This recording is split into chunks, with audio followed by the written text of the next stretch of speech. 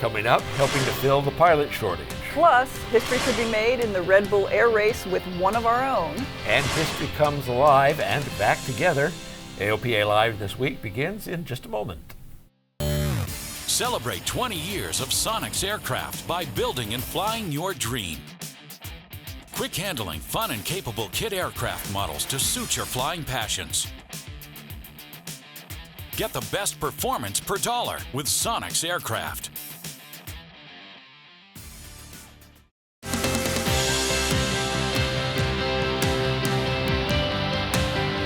This is AOPA Live This Week with Tom Haynes and Melissa Rudinger. The pilot shortage is here now. From general aviation to the airlines, there just aren't enough pilots to meet the demand.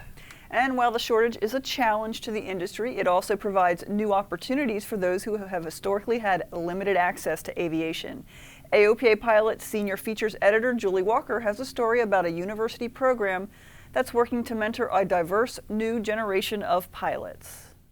Delaware State University's flight program offers opportunities and support to students from a variety of backgrounds.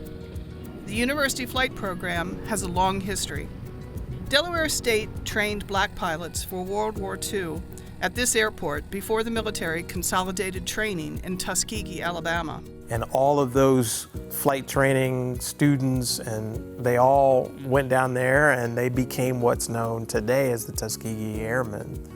And we have students from our small college who were part of that original group of Tuskegee Airmen. And so we celebrate that by painting our aircraft tails red. And the university builds on that long legacy to provide opportunities to its students today.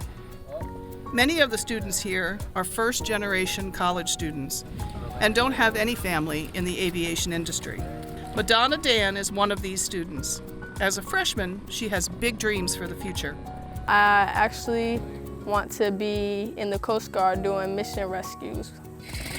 As a kid, Madonna watched military airplanes fly over her house, and she decided that one day she wanted to fly one of those airplanes, not just look up at them. You can do anything you put your mind into, so I can be the first person from around where I live to be a pilot, and I want to be the first. And Delaware State is helping her on her journey. Everybody is supportive. Everybody is here when you need them. They always lend a hand if you need something, and they're always here for advice, so they definitely make it feel like home. Alumni are also an important part of the support system at Delaware State. Graduate Abdul Kalajaya now flies for Republic Airlines. He comes back to give the same support he received as a student. The family atmosphere is top. Everybody's here to help you, which I really enjoy and I love. And that's why I'm coming back to help to pay it forward. For the alumni and staff, all of the hard work of mentoring the next generation of pilots is worth it to see students succeed. I'm hoping that they're going to be the first of many in their generations to come to enjoy aviation, get a chance to fly, and fill up the ranks of corporate and regional and major airlines. The focus on mentorship is working. The university aviation program is growing rapidly. I have the largest freshman class that we've ever had in this aviation program, started this fall. And so, for these students in Delaware, the future is looking bright. Julie Walker, AOPA Live. Yeah, nice story. You know, I'm glad to see that so many organizations in the aviation industry are working so hard to open the doors wide to all different kinds of people. You know, at our high school symposium last week, there was a big push on diversity and why it's important. And one of the speakers there said, you know, diversity is important because you can't solve the big problems if everybody sitting around the table is thinking the same way. Well said, and I agree 100%. And what a special program that reaches back the whole way back to the Tuskegee Airmen, and very impressive. Indeed. And painting the tails red, I like that. Nice homage. And Delaware State will have a new fleet of aircraft as they grow in the future. The university just announced an order for 10 Vulcan Air V1.0 flight training aircraft. After the first 10 are delivered, the university will add another 10 to the fleet as the aviation program goes. The Vulcan Air is an Italian design recently brought to the U.S. At $278,000, the airplane has a familiar design, but it costs about $100,000 less than competing aircraft. Delaware State currently operates a fleet of Pipers.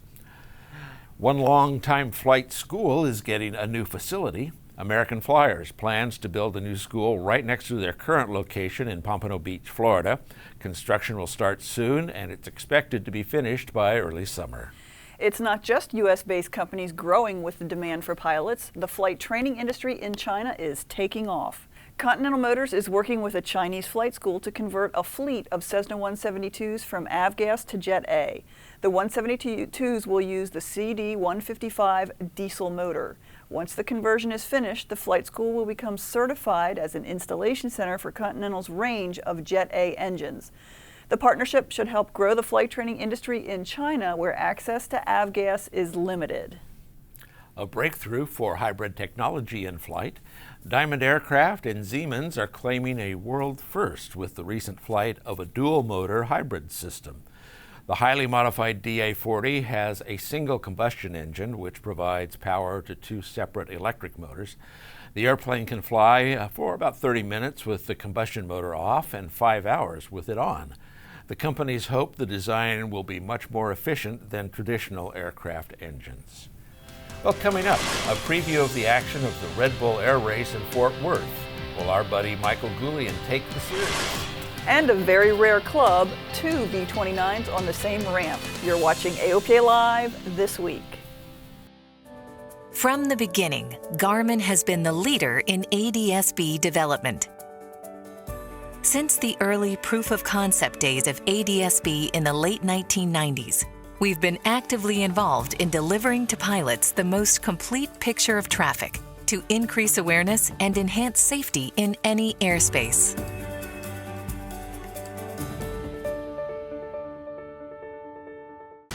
The head-to-head.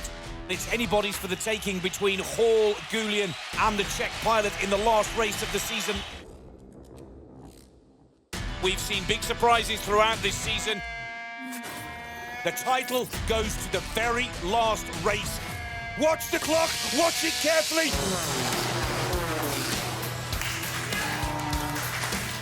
A golden opportunity to become the new leader in the championship standings in the penultimate race of the season. Woo!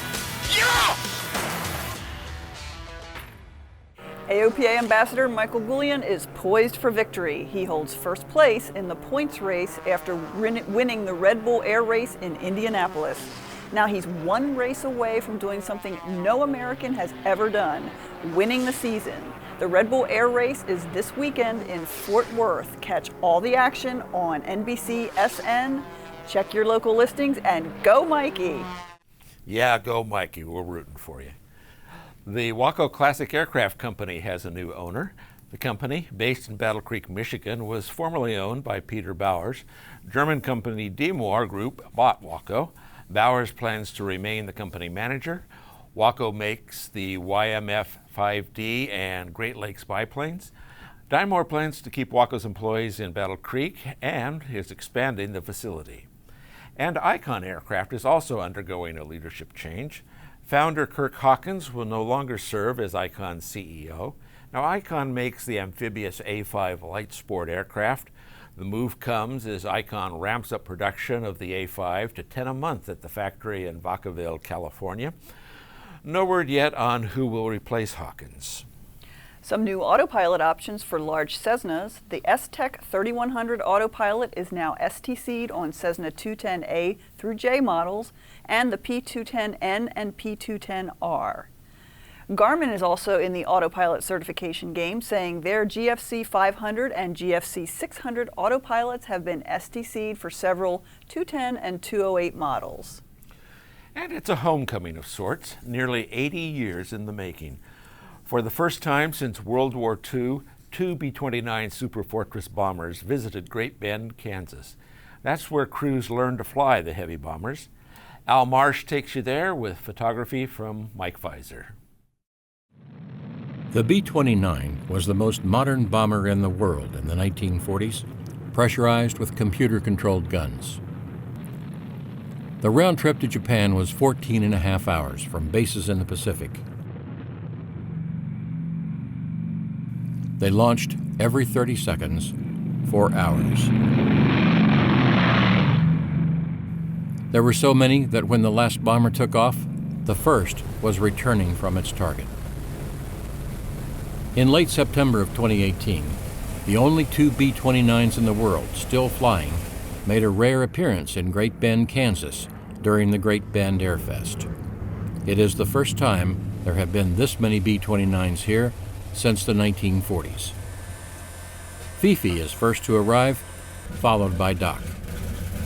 Those with a special connection to the Superfortress recall the horror of combat.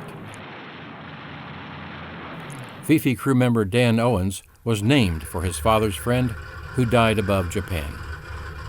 My dad's best friend from elementary school all the way through high school was a boy by the name of Dan Godsey. Both of them went into the Army Air Corps. My dad became a mechanic on a B-26, the Martin Marauder, and Dan went into pilot's training. He flew as a pilot on practically every aircraft that they had, from Stearman right on up to the B-29. And he was on a mission on February 10th, 1945, to bomb the Nakajima aircraft factory. On that mission, just prior to being over the target, a Japanese airplane, which had been shot down by one of our other bombers, was out of control and flew head-on into the plane that Dan was in. Dan's plane then collided with another aircraft in flight, which caused both airplanes to go down. After the war, my parents thought enough of Dan's sacrifice that they thought I should be named after him. So that's how I received my name of Dan. Former radio operator Vince Van Velzer recalls the time his B-29 crash-landed. We were based in the island of Tinian, and Japan Island was due north. And halfway in between was Iwo Jima. And so after we captured Iwo Jima, then we had a place we could stop for fuel if we had to. We were coming back from a mission, and we did not stop at Iwo. We were overflying it. We'd been holding all this altitude, and the first thing we knew, we were back to our home island, and we were way too high. After he made the turn to final, he was halfway down the runway, and we hadn't touched yet. So he called for a go-around. But I kind of think what happened was that the flight engineer said, "Not with me or not," and he shut the other two off. We landed on the belly and skidded off the end of the pavement into the dirt. It was perfectly safe from there then. Aircraft Commander Jeff Linebaugh says the B-29 has some quirks. The B-29 is especially challenging just because of the size of the airplane. It's geared so that full throw is all the way over like this. And it is not unusual at all while we're flying formation to see control inputs like this. And it takes some time for the airplane to actually react because it is so heavy on the controls. So it's a challenge. It's definitely a challenge.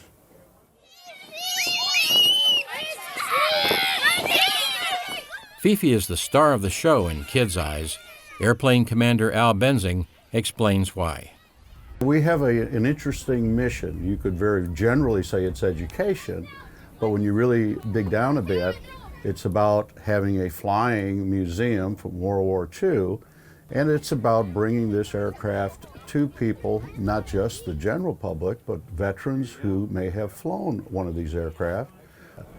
If you've been able to have several hundred or thousand people, do tours of the aircraft, and you've done 3 or 4 ride flights with 10 people apiece, and they are so amazed at it and enjoy it so much, you can't help but go away from this, feeling like, another great tour stop. You'll soon be able to visit Doc at Wichita's Dwight David Eisenhower Airport, while Fifi is based in Fort Worth, Texas. The two bombers will tell the history of World War II for decades to come. Wow, what a couple of beautiful old birds. And I hope we never forget the sacrifices of the greatest generation. It's a very important mission that these two birds carry on. Indeed. Well, that's it for this edition. We'll see you back here on Thanksgiving for a brief episode. And we're thankful for you watching, and for any feedback you have about the show, drop us a note at AOPALIVE@AOPA.org. We'll see you next Thursday.